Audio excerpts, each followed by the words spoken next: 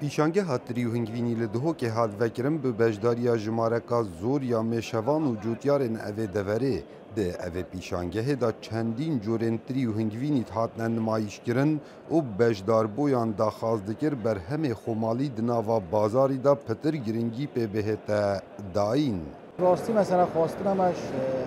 مجش قمتا هرمه آتی جوتیار امت خوازن هالی کاریا که باش یا پیویست بود جوتیاری بیتا کرن وکی سمادا وکی ام بیجن نوعیت طوبت باش وکی ام بیجن ری گریل سنورا بیت کرینه که افریقیا وقتی جوتیاری برهمت افریقیا جدر و نید داخلی سنوری نبتن نکه وینگوینش در وتد احتمال جلا وینگوینش در وتد یا اصلی جبید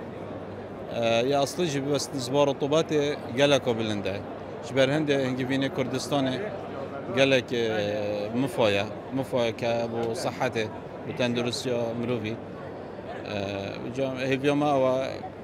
اهتمام جلا که برهمت خمالی بینادارن شارازا که چاندنه وسابو دنگ امریکا دیار کرد که اف جوره پیشانگه ده بنه فاکتره که سرکی جبو پیش و برنا بیاوه چاندنه.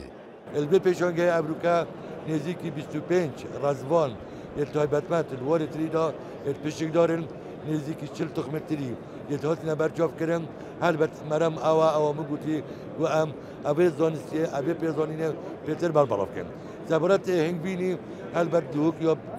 نبدارشی بر همه هنگبینی سالانه نزدیکی 100 حتی 150 تن هنگبینی که برهم اینان الپارزگاه دود.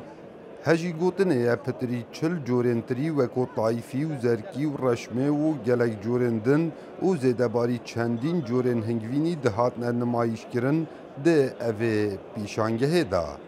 کاو عمر دنگ امریکا دهوک